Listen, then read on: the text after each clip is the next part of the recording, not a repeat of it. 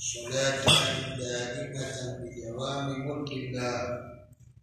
المجلس السابع في ذم أكل الربا. Somo la 7 ni katika kuelezea ubaya wa kula riba. Suratul Baqara, Mwenyezi Mungu anasema Bismillahirrahmanirrahim, alladhina ya'kuluna riba, wale ambao wanaokula riba, al-akhiduna lahu, ni wenye kuichukua riba hiyo. Al-akhiduna lahu, wenye kuila riba hiyo. Wa innama dhukira al-aklu li'annahu a'dhamu manafi, ni hakika pametajwa kula kwa maana ya kula ndio manufaa makubwa zaidi, ndio maana yanatajwa. Lakini kumbe hata kama ukula ile riba lakini umechukua basi pia ni haramu. Wa innama dhukira al-aklu li'annahu a'dhamu manafi'il mali, hakika kumetajwa kula ni kwa sababu ndio manufaa makubwa ya mali. Wa li'anna riba sha'i'un fil matrumat, na kwa kuwa riba imeenea sana kwenye vyakula. Wa huwa, na hiyo riba ni ziyadatun fil ajr, ni kuzidisha kwenye muda. Ni an-yubaa ni matrumi, kwa kuuziana chakula kwa chakula, au naqdi au fedha kwa fedha, ila ajali, mkauziana kwa muda maalum, au fil iwadi, au kwa kubadilishana, kwa maana mnauziana kwa kubadilishana. Bi an yubaa ahaduhuma bi akthara min jinsihi, kwa kuuziana kimojawapo, kwa kuuzwa kimojawapo, bi akthara, kwa bei kubwa zaidi, min jinsihi, kutokana na jinsi yake. Hiyo ndio inakuwa riba. Mungu anasema la yaqumun, watu hawa hawatasimama, idha bu'ithu min quburihim, watakafufuliwa kutoka makaburini mwao. Pale parapanda imepigwa watu waamke kutoka kwenye makaburi yao, wao hawataweza kusimama. Illa kama yaqumu alladhi yatakhabbathu ash-shaytan, isipokuwa watasimama kama anaposimama mtu ambaye aliyepatwa na mashetani. Kwa maana anasimama na anguka, anasimama na anguka, anavilingita, mtu kapatwa na mashetani. Illa qiyaman kaqiyamil masru'i, illa isipokuwa atasimama yule mtu kama kisimamo cha mtu aliyekuwa mwenye kuangushwa. Masru'i, mtu mwenye kuangushwa.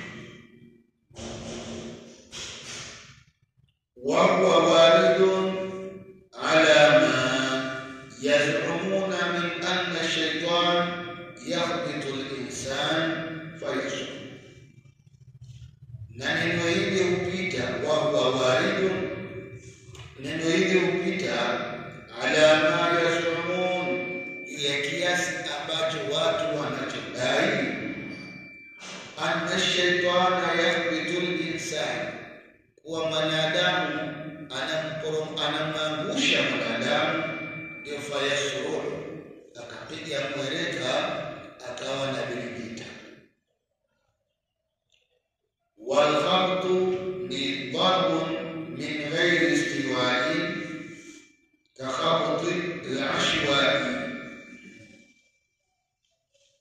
khabtu darbun min ghairi istiwa'i, na hii neno khabtu maana yake ni kipigo min ghairi istiwa'i, kisichokuwa na kiwango. Tafiti al-ashwa'i ni kama mtu kupigwa na kitu kizito, lakini kipigo chenyewe au yatakhabatu shaitan min al-masi, kutokana na mguso anaoguswa na shaitani. Na hii al-mas al-jununu, anaanguka kutokana na wenda wazimu wa mguso wa shaitani. Wa hadha aidan min zu'amatihim au min zu'amatihim, kwamba anna al-jinniya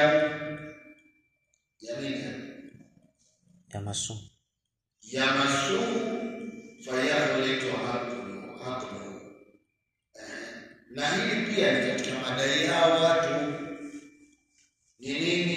Kuwa jini yamasu, anamgusa mwanadamu, fayaghlitu aqlu, afu akili yake inachanganyikiwa. Basi hivi ndivyo atakapochanganyikiwa mdariba siku ya kutoka kwenye kaburi yake. Walidha qila, kwa sababu hiyo ikasemekana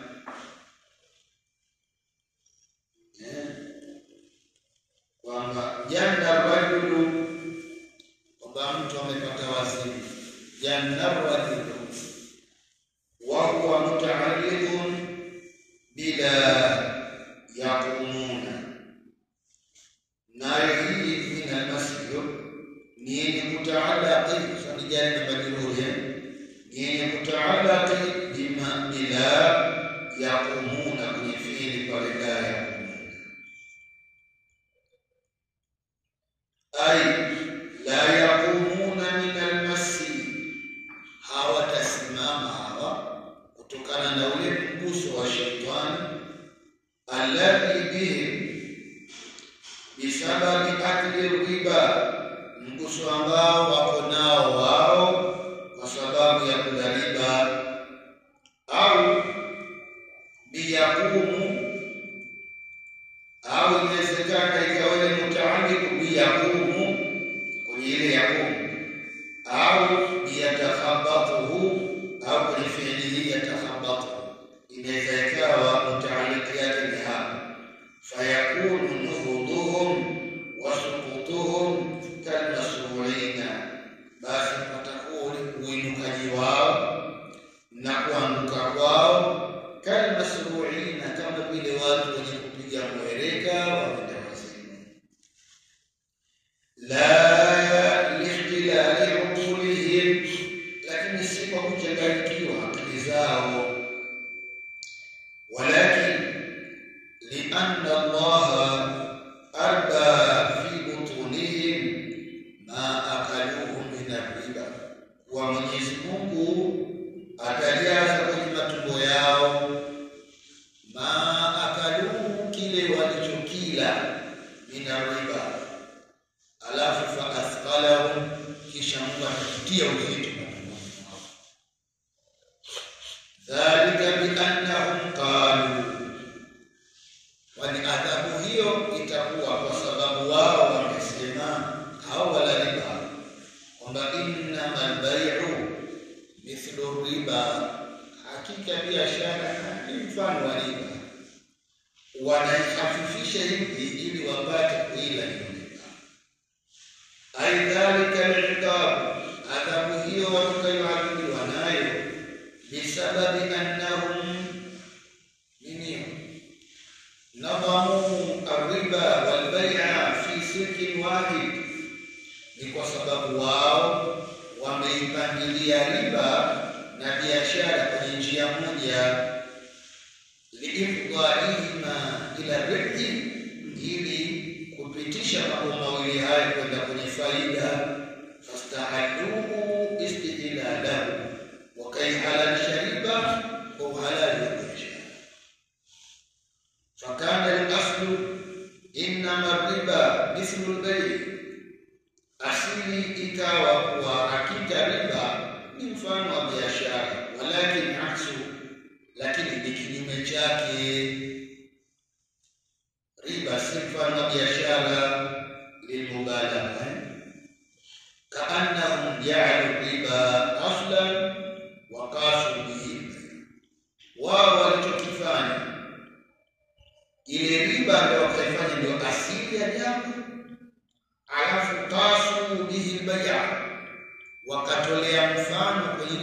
biashara. Na maana biashara imetolewa mfano kwenye riba. Walfarqu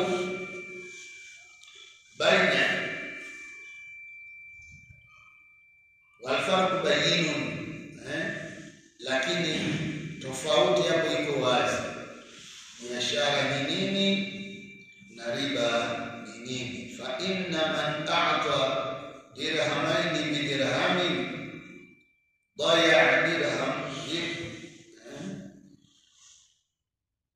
ضيع dirhaman,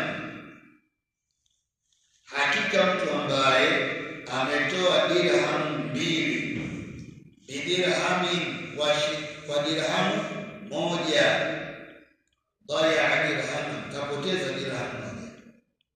Aliyetoa mbili kwa moja, yule kapoteza moja. ومن اشترى سلعة تساوي درهما, mtu ambaye kanunua mzigo lakini mzigo ule tusawi dirhaman, unakwenda sawa na bei ya dirhamu moja, lakini bidirhamaini akaununua ule mzigo kwa dirhamu mbili.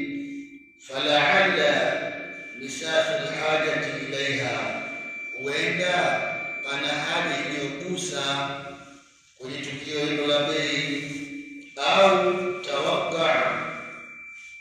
Ndio tawaqqa, rawajua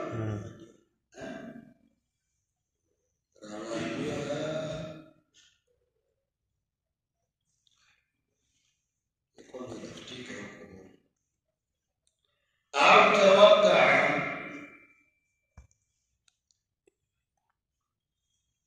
umefutika adogo, umefutika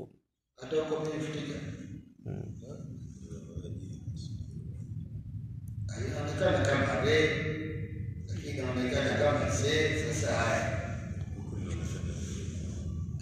inaonekana re tawaqqa rawajuha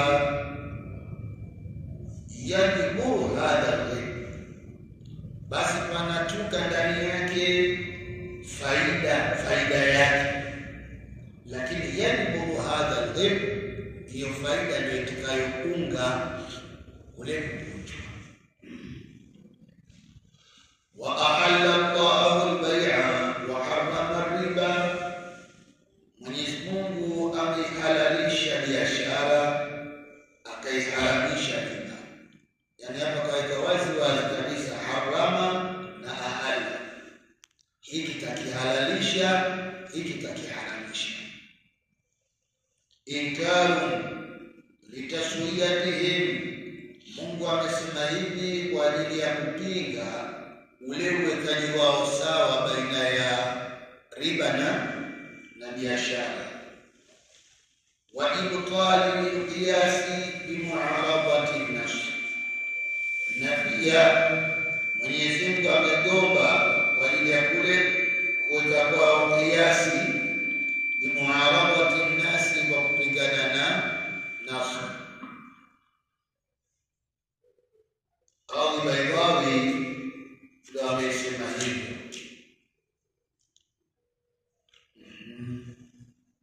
Tazama chini, an Zaid ibn al-Habab annahu qala, Zaid ibn al-Habab amesema, sami'tu Rasulullah, nimemsikia Bwana Mtume sallallahu alayhi wasallam yaqula, akisema, man qala Allahumma salli ala Muhammadin wa anzilhu al-manzila al-muqarrab, Mwenyezi Mungu mpe rehema au shusha rehema juu ya Mtume Muhammad, wa anzilhu al-manzila al-muqarrab, na umweke yeye daraja ya mtu mwenye kukurudishwa, indaka, mbele ya Mola, yaum al-qiyama.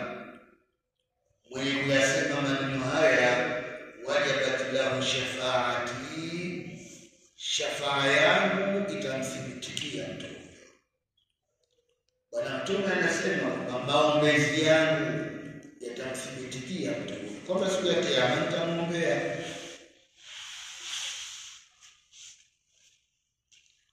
Na kitabu Shifaa kimetoka maneno haya. Wa an Abi Hurairah radhiyallahu anhu, na hadithi kutoka kwake Abi Hurairah inasema ani Nabii sallallahu alayhi wasallam annahu qala, maneno kutoka kwa Bwana Mtume sallallahu alayhi wasallam amesema, arba'atu haqqun ala Allah ta'ala, kwamba watu wanne ni haki yake Mwenyezi Mungu Ta'ala, alla yudkhilahum janna, asiwaingize peponi. Ni haki yake asiwaingize peponi watu wanne. Wala yudhikahum na'imaha, wala asiwaonjeshe neema ya pepo. Mtu wa kwanza, mudminu khamri, ni mtu mwenye kudumisha kunywa pombe, mwenye kudumisha kunywa ulevi. Wa akilu riba, na mwenye kula riba. Wa akilu mali yatim bighairi haqqin, na mwenye kula mali ya yatima pasipo na haki. Wa aqil alwalidain, na mwenye kudharau wazazi. Watu wanne hawa Mwenyezi Mungu ni haki yake kutokuwaingiza peponi na kutokuwaonjesha hata harufu ya pepo. Rawahu al-Hakim. Fafihi ta'wilan, kwenye hadithi hiyo pana ta'wili mbili, kuna tafsiri mbili. Ahaduhuma annahu ma'mulun, moja katika tafsiri hizo mbili kwamba hadithi hiyo inachukuliwa ala ma fa'alahu thumma istahaddahu, juu ya mtu ambaye amelifanya jambo kama hilo kisha akalihalalisha. Kama vile mtu amekunywa ulevi alafu akawa na yakini, anaamini na anasema kwamba hiyo kunywa pombe ni kitu halali. Wathani, tafsiri ya pili, alla yudkhilahu, alla yudkhilahu janna awalan inda dukhuli dhairi, inda dukhuli faizin. Tafsiri ya pili ni kwamba Mwenyezi Mungu hatawaingiza peponi mwanzo, inda dukhuli faizin, wale wanapoingia watu waliofaulu, wa ahlu salama, na watu waliosalimika. Thumma innahu qad yujaza bimani.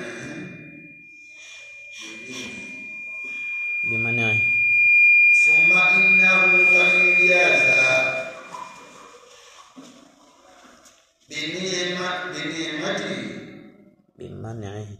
bimanihi an dukhuliha. Hakika Mwenyezi Mungu hapa atamlipa huyu bwana kwa kumzuilia kuingia huko peponi, awalan, kuingia mwanzo, au awalan thumma yadkhuluha ba'da dhalik, lakini kisha atakuja kuingia huko peponi baada ya tukio hilo la kuzuiliwa. Wakati la yujaza, na huenda pia asimlipe, bali ya'fu Allah ta'ala anhu, huenda Mwenyezi Mungu akamsamehe.